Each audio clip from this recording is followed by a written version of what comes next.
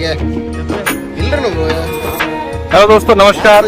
मैं अभी वेलोर के काटपाड़ी रेलवे स्टेशन पर मौजूद हूं और इस ब्लॉग में आप लोगों को काटपाड़ी रेलवे स्टेशन से जुड़ी हुई जानकारी दूंगा। क्यों ये स्टेशन इतना महत्वपूर्ण है और कितने प्लेटफॉर्म संख्या है स्टेशन की। तो वीडियो को पूरा लास्ट तक देख